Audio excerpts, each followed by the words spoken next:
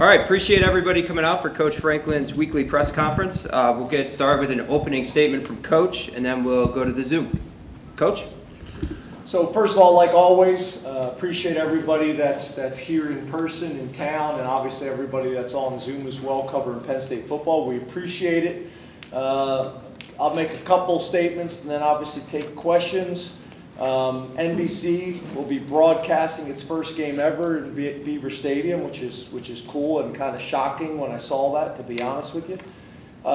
You guys had asked about the red, yellow, green list, so I wanted to follow back up on that.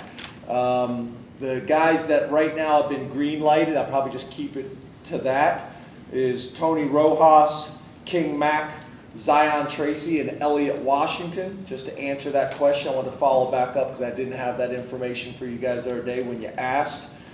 Excited about having Tom Bradley, Scrap, and Allen Robinson being honorary captains. That should be really cool. Obviously, getting a guy like Allen Robinson back is always important, but then having a guy like Scrap, who I've been able to develop a relationship since I came into town. Obviously with his history and connections to the program is awesome as well, and I'm glad we're doing that. When you get into West Virginia, and obviously Neil Brown, I got a ton of respect for Neil, his background as an offensive coordinator and as a head coach. Got a lot of respect. Obviously this is a regional game, which I think makes sense. I know college football's gotten away from the regional type games and the regional conferences. But I think it makes sense for both schools from a travel perspective as well.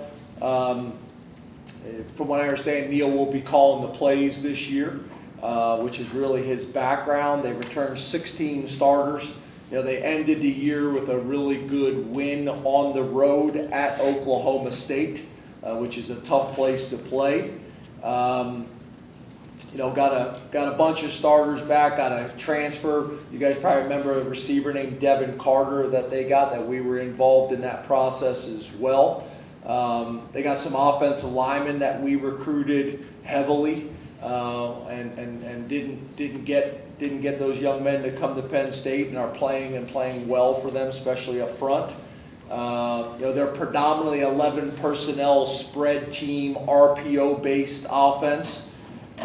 If you look at statistically what they do best, at least from last year, is the red zone. They were first in the Big 12,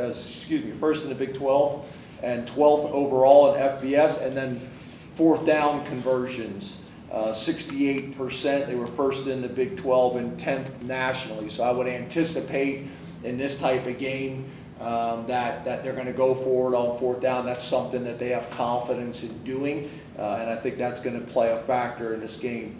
Obviously, Garrett Green, the quarterback, who I would anticipate is going to be the starter in this game, that'll be a big storyline. Got a ton of respect for the running back, C.J. Donaldson, which has kind of got an interesting story if you guys don't know this, but came in there as a tight end, got moved to running back, and has played very well for them. And then back to the offensive line with those young men that we just got done talking about. Defensively, Jordan Leslie, who's been there now for a couple years as the defensive coordinator, 6 returning starters. The middle linebacker, number 1, extremely productive. Koba, he's an impressive player. Has made a ton of plays for him. Young man out of Winston-Salem, North Carolina.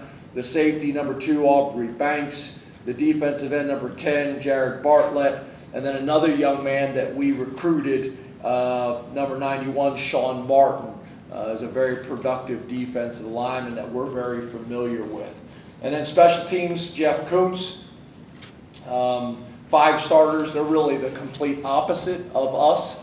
They got everybody back, long snapper, punter, kicker, return men. They're all back, so experienced in that area. Preston Fox, the punt returner, he was 3rd in the Big 12 and 24th nationally in punt returns, so that'll be a challenge. And then they have an Australian punter, number 41, Oliver Strong, who has the ability to do the variety of Australian-style kicks that can be challenging and problematic. So we're excited to be in game week. We obviously went on Sunday. Yesterday was the players' off day. And then, we're back into practice today. Today's a work day for us. So appreciate you guys being here, and happy to answer any questions that you may have. All right, we'll go to the Zoom. We'll start with Rich Scarcella, and then Mark Wogenrich, you're on deck. Good afternoon, James. How are you today? Good, Rich. How are you, man? I'm great, thanks. James, can you please evaluate the preseason performance of Drew Aller? Yeah, I think you guys know this. This is something that I probably drive everybody crazy about, but we basically keep a record of everything. So every throw, completion percentage, touchdown to interception ratio, explosive plays. We even track, what we would say. Okay, so I guess what I'm saying is you have interceptions, which are easy to track.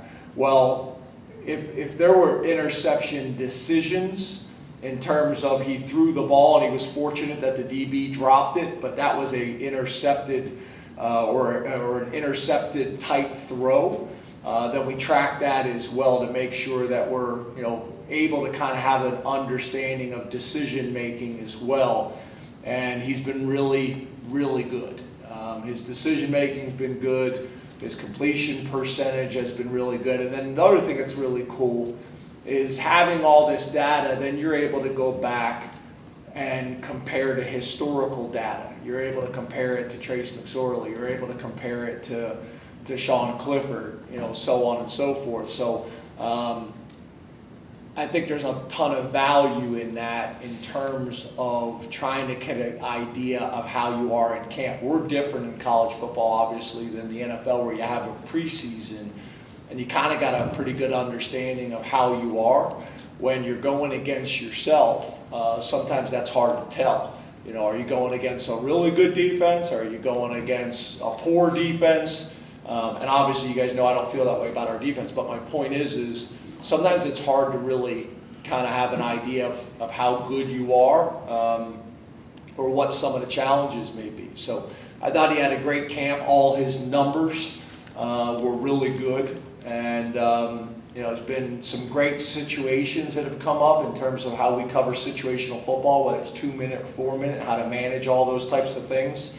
And again, I think going against a really good defense and a really good defensive back unit has been a ton of value in that. I think what we do defensively, testing protections in terms of pressures and disguising coverages, it's challenging for a young quarterback. So I think all those things have been really valuable, and hopefully we'll put our QBs in the best position to be successful. But I think Drew's had I would say a good camp, and a camp that's given himself and the coaches and his teammates a bunch of confidence. So I hope that answers your question. All right, we'll go to Mark Wogenrich, and then Frank Bodani, you're on deck. Hi, James. How are you? Good, Mark. How are you? Good, thanks. The weekly release this week noted Mike Yursich moving to the booth this season. What prompted that decision, and then what role does Danny O'Brien play with that? Yeah, I think two things. I think it's a good question, and I think it's a good follow-up question as well. I think Danny's been a big part of that. Danny now spending over a year with Mike and knowing how Mike wants to do things. Danny playing for me, coaching for me. There's a lot of alignment there, and has built a ton of respect with our quarterbacks. So I think that's played a big part in it. But it's probably one of the things that I'm most excited about. I think as an offensive coordinator specifically, there's no better place to call the game than in the booth. Controlled environment, you got your notes out, you can see it all, you're not relying on somebody else to echo information to you that maybe you can't see across the field, the corners alignment, the far safeties alignment. You're able to rely on your vision and your information. There's still going to be people up there helping them, but I also think it's Mike's respect for our staff and our assistant coaches that there's strong voices, including Danny on the sideline to manage that. But I think it's ultimately Mike saying, where can I be the best offensive coordinator, or where can I call the best game? And it's from the booth. And this was something, it's not like we talked about it and then he came back to me. He came to visit with me about it. He said, this is what I'm thinking. What are your thoughts? And I was on board because as an offensive play caller, I don't even think it's close. I think it's the best place to call the game from. Let's go to Frank Bodani and then Mike Gross. You're on deck. Hey, good afternoon, James. Hey, Frank. Thank you. How are you, man? Hey. Good, real good. So you mentioned about Drew's camp being good. Is he your official starter for the season, for the beginning of the season? Is that a decision you're going with publicly? And how close is the competition with him and Bo? Yeah, he's had a really good camp. I'm not making any announcements at this time. But yeah, he's had a really good camp. I do think it's been good competition, and like I've told you guys all camp, not only has Bo done some nice things, and Bo brings an element, that maybe Drew doesn't have, and maybe even factoring those things in. I think sometimes as a running quarterback like Trace was and like Bo is, sometimes those things are hard to evaluate in practice because you don't really see them. It's not like he's out there making people miss and breaking tackles in practice, which I think is a little bit of his style. He really reminds me of a bigger Trace. But also, like I've told you guys all camp, is I think Jackson Smolik's had a really good camp too, which is nice because we think we got 3 quarterbacks that have all shown signs that we can win with. I think the game would be different. And I think that is challenging as an offensive coordinator, is how do you have enough within your system to take advantage of the strengths of all your quarterbacks. And we want to make sure that we have game plans that play to all 3 of their strengths, so that's challenging. Let's go to Mike Gross and then Donnie Collins. You're on deck. Hi, James. How are you? Good, Mike. How are you? Good, thanks. Last week there was a report about the NCAA academic progress rate numbers, and for 21-22, and they were not good relative to the Big Ten, and also I think relative to other years in your time here. So with that in mind, do you have any reaction to that? Is that in any way deceptive? What's your sort of take on that? Yeah, so I think first of all, I think everybody knows how important academics are to Penn State, the university as a whole. And when I'm saying that, I'm talking about obviously in the athletic department. And then with our football program, both present day and from a historical perspective, something that we take tremendous pride in and is very, very serious to us. And to your point, we've historically been really good in that. I think the year before COVID, I think we had a perfect 1,000 APR. So it's something that we take a lot of pride in, and obviously, we're going to spend a lot of energy and resources on getting it back where we want it to be. And Pat is aligned on that, and I'm aligned on that, and so is our staff. So we take a lot of pride in it, and we'll get it right. I think the last thing I'd say though is ultimately, if you look at our graduation rates have really been good. The actual graduation rates, not the predictor of graduation. Let's go to Donnie Collins and then Corey Geiger. You're on deck. Hey, James. How you doing? Pretty well. How comfortable are you with where the specialists are at after camp, and kind of what you were talking about earlier with metrics? Does that, when you're replacing an entire staff of specialists, does metrics make that a lot easier, or is there some factors that kind of, when you're going into replacing that, make it a little more difficult to tell with crowds and pressure and stuff like that? You said staff. Did you misspeak right there? Did you mean the players? Yeah, I kind of meant, player staff, like staff player. Like, kicker, punter. But we're things like not at that stage yet in I terms of understand. how you're defining them. But yeah, I think your point is a good one. Yeah, I think the metrics help in terms of being able to say, okay, what was our kick percentage last year in games? What was it in practice? What are these guys doing it right now? I think you guys have seen, like, we try to make practice really challenging and difficult on those guys as well. So a lot of times the games are easy. I mean, as you know, whether it's music or whether it's horns or whether it's whistles or whether it's wet balls or whatever it may be, try to make it really challenging in practice. So I think that helps. But I think at the end of the day, you never truly know at any of these positions, whether it's offense, defense, or special teams, until they get out there and do it in games. But I think they have done, and we've done everything we possibly can to get them prepared for it. I think the competition that we have had in terms of going out and bringing in some veteran guys, not necessarily to take the jobs, but to come in and create a true competition between some veterans from the outside and then some guys within our program that we're growing and maturing and developing.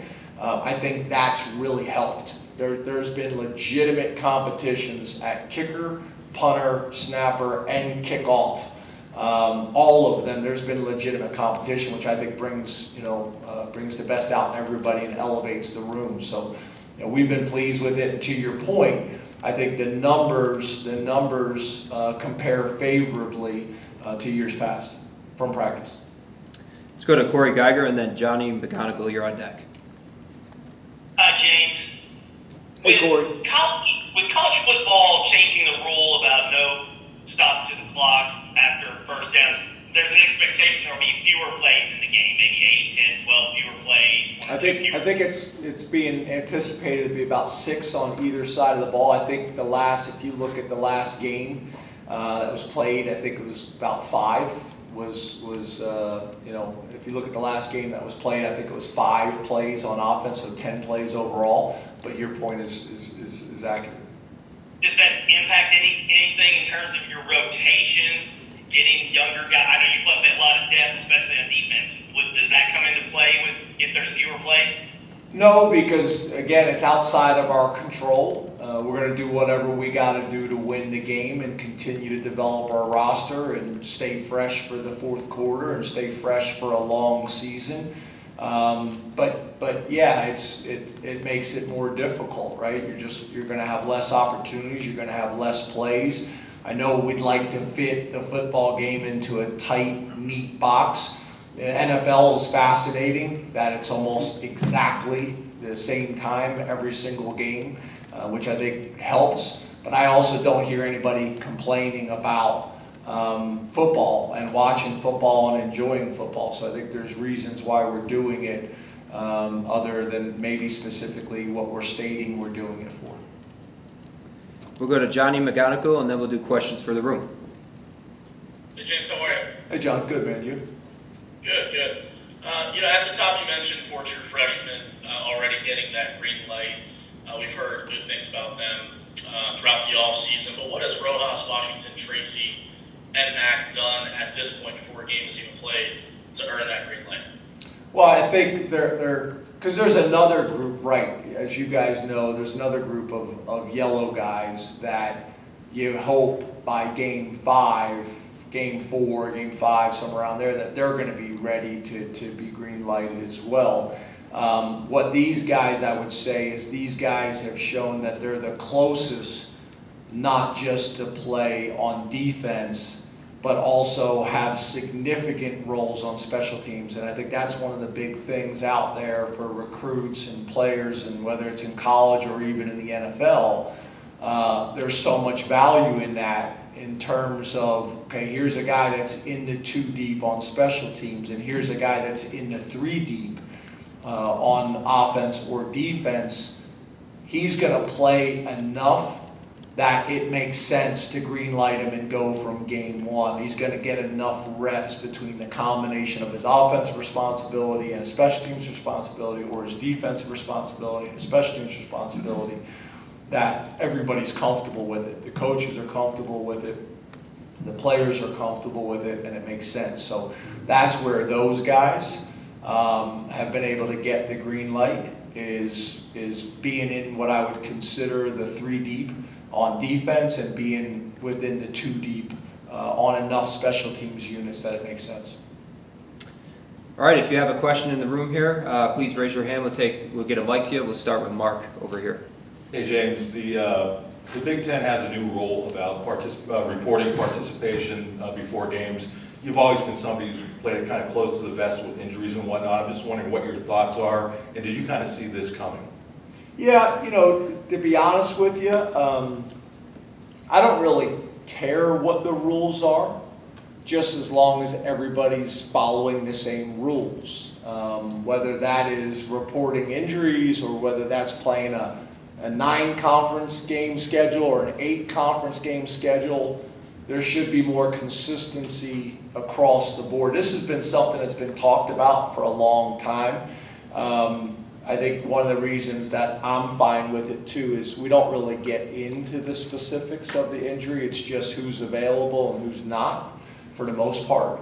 I think you're going to see that happen to some degree across college football. I do think it's important, like most things. Again, it should be consistent. Everybody should be doing it the same way. But no, this has been something that's been discussed for a long time in the Big Ten. I even remember back in my days in the SEC, this being discussed. So I think you're going to see this here in the next couple of years be more of a standard across college football for a lot of reasons that I think you guys are aware of. Coach, you mentioned in your opening statement about the history between these 2 teams. Have you taken time in the last couple of weeks to really learn the history of Penn State-West Virginia rivalry? Have you taken time to teach the players about this rivalry? I know it's been 30 years since these 2 teams played. No, because again, when you talk about history and you talk about recent history, again, I don't think there's been a game played while these guys were alive. So it's like, this is very similar to another game that, we played here recently that there was a ton of questions about. We talk about the history of the game, and that's what it is. It's history. And again, that history, although it would be nice to take some time and talk about the history of college football and the history of this region and some of these games, there's just not a whole lot of value in that in terms of getting our guys ready to play this game and be successful. There's not a whole lot of storylines that would make sense for them. Besides, there's a lot of guys on their team that they know through the recruiting process or from the region, guys that they played with in high school that went there or came here. So there's a little bit of that. But no, we don't spend a whole lot of time on it because I don't think there's a whole lot of relevant information that will impact winning. John? Hey James, how are you? Hey John, did you get a haircut? I did. Let me see what you're working with over there. Nice. Last one for like It almost 4 looked months. like a total buzz Yeah, the no. way that. Hopefully I'm a ways away from that. But the Is that a shot? no, just a general statement. Okay. A lot of people talk about Kalen King and Johnny Dixon, and for good reason. What do you expect out of Cam Miller this year, and how much does he allow you to rotate at that outside cornerback spot specifically? Yeah, Cam's a young man that I just have so much respect for. We just got done talking about him as a coaching staff and adding him to our leadership council. He's just a very driven, motivated, high production, low maintenance young man that is maximizing his Penn State experience. He's a guy that I think is going to probably start on 4 units on special teams, which I think is very telling. I think he's a young man that's going to play a bunch for us on defense as well. So just, he's a guy that's really earned everybody's respect within the program enough that he was able to play as a true freshman last year.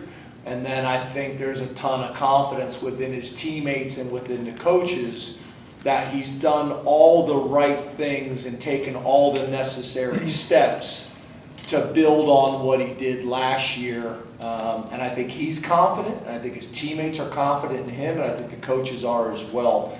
But I'm proud of him. I'm proud of him. I'm really glad that we were able to go to Florida and get him. And I'm very appreciative that his mom and dad had the confidence in us to send him here. And I may even try to, you've heard me say this before with certain guys, I may even convince mom and dad to try to have a few more because we love them that much. Send them to, the Poconos, up to one of those vacation spots, romantic vacation spot in the Poconos. They're watching right now trying to figure out what the Poconos is. In the back, Allie. Are you talking about East Stroudsburg? No, I'm talking about like the resorts in the Poconos that were thriving in the 70s and 80s, which I'll leave it at that. I won't go any further. Thank you. You're opening Under the Lights, 7:30 helmet stripe, which is a whiteout minus a couple sections. How do you manage the expectations for your guys just playing in that environment after 6-8 months without it? And is that a good thing? I mean, can it be challenging playing in that environment for yourselves? Yeah, this is kind of like the sneaky whiteout, right? It'll be a great environment. Literally the place will be filled to capacity with Penn State fans and a few West Virginia fans as well. We know they'll travel well. There'll be great tailgating. This will be a really good example on week one why college football is so special, right? All the things that go with it, the tailgating, what it does for the town and the community and the hotels and the restaurants and all of it. It's really cool. There's really no way to prepare our guys for that, especially the guys that haven't experienced it before, except for going into the stadium and playing in the stadium under the lights with the music playing and the crowd noise. We've done that more this camp than we've done in the past. We've had a ton of 7:30 p.m. practices, so we could get used to the sun setting, and the challenges that may come from that, and the lights, and all of it. Try to create as much of that atmosphere as we possibly can, but it's hard to replicate. There are programs and schools all over the country that are trying to replicate what we do, and it's hard to do. So we are fortunate and blessed to have the type of support that we have from our alumni and from our lettermen and from the state of Pennsylvania and really from the region. We don't take that for granted, but it'll be a great environment for college football, let alone specifically for Penn State and the Big Ten. So I think we've done all the things we can do. Now we just got to go do it. Neil? Hi, James. Hey, Neil. From your experience, are there advantages, especially with a young quarterback, to not disclose publicly, who the starter is, or you guys really don't know yet for the next couple of days? No, we got a pretty good idea of who we're starting pretty much everywhere. I mean, as you guys know, like I've told you before, when we practice, we send some guys out with the first team. We send some guys out with the second team. We send some guys out with the third team.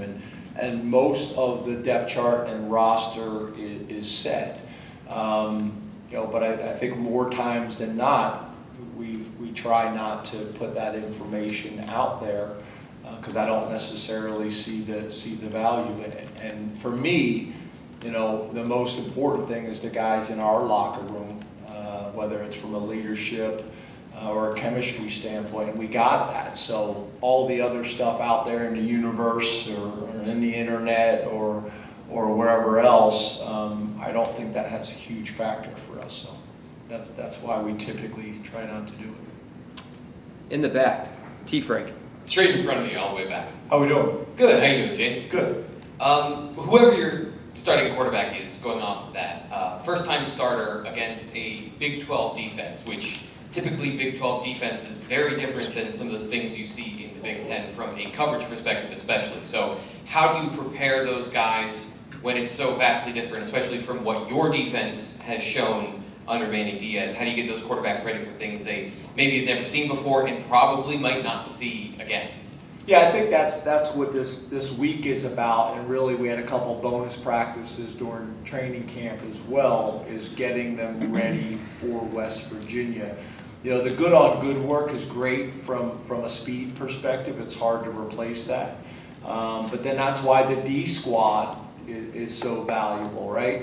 You know, it's interesting. You look at our staff and the number of guys that played in the NFL that redshirted and were on the scout team as freshmen, and it's the majority of them. So making sure that our players in our locker room embrace that role and kind of get over it, right? You get over the fact that you may redshirt, get over the fact that you may be on the scout team or the D squad this year, and give us the best look you possibly can. So play as competitive and play as fast and play as aggressive as you have been playing all training camp, but now try to do it replicating West Virginia's defense or West Virginia's offense. That's how we prepare. Between that and film, as much film study as we possibly can. That's how we're preparing. Audrey? Neil took my question, so I'll follow it up. You mentioned some of the numbers earlier with Drew and historically how you guys have the data with Trace, with Sean. Are there any numbers there with either quarterback that you'd like to share that maybe they impressed you throughout camp or anything in that regard? Yeah, I think I would say touchdown to interception ratio or just interceptions in general. You know, I want to say that we got to like practice 13 or 14. You know, I think before we, had a turnover, an interception specifically we drew. So that's valuable in terms of evaluating the quarterbacks, and especially with the type of defense that we're going against every single day, and then also just the style of defense that we play, not just the personnel, but the style of defense we play. We're not an access defense in terms of we're not playing quarters, we're not playing off coverage, we're not playing off man, we're not playing off cover three, where there's access, there's gimme yards that are just sitting out there to take a hitch when you want to, or things like that. We're not really constructed that way, so it makes it challenging. You have to compete for every completion. Every completion is a contested catch. I think that's good for our receivers. I think that's good for our quarterbacks. So a lot of value from it, but yeah, all those metrics are really valuable. Again, to be able to say, okay, this is what my gut is telling me, but then the numbers back it up. Or this is what my gut is telling me, and the numbers don't back that up. Let's challenge ourselves. Where it's most valuable is no different than in your industry or any industry. There are a certain number of players or in any industry that are not self-aware. And awareness is one of the most important traits and skills that we all must have to grow and evolve.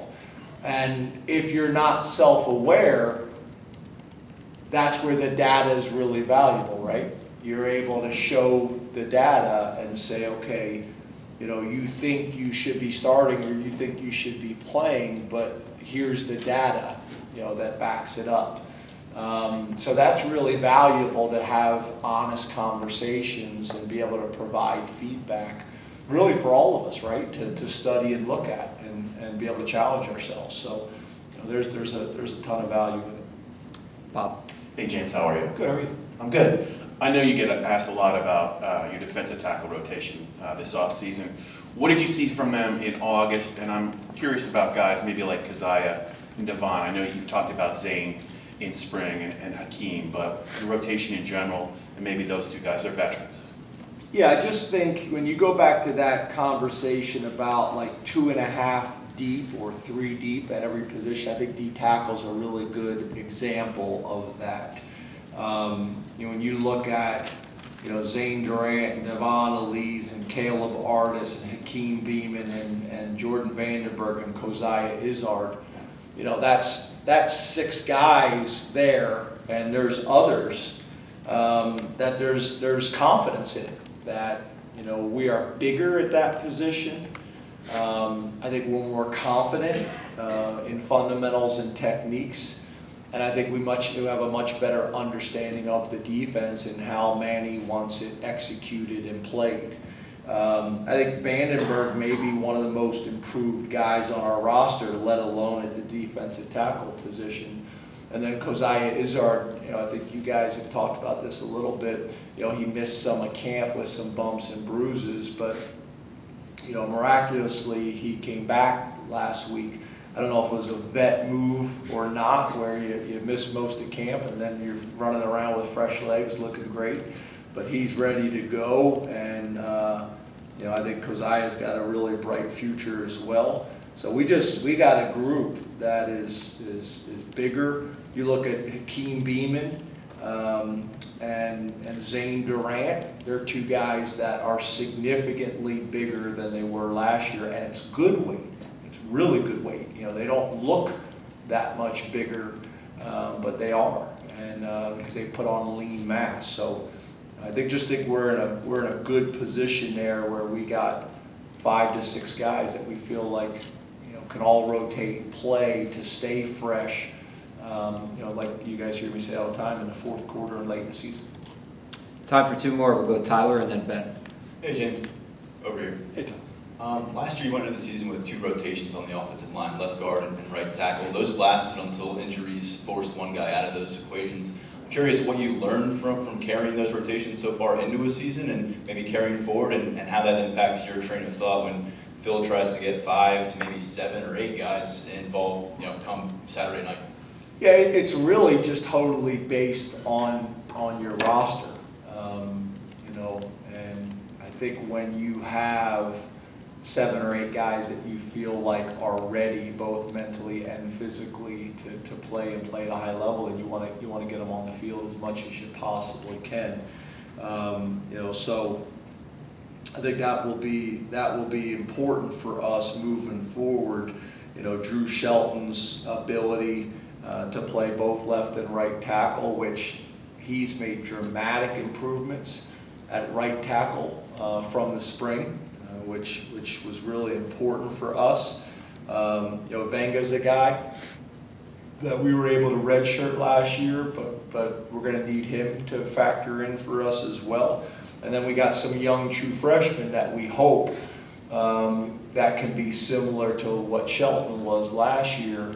Again, maybe not in game 1, but try to speed that maturation process up as much as we possibly can.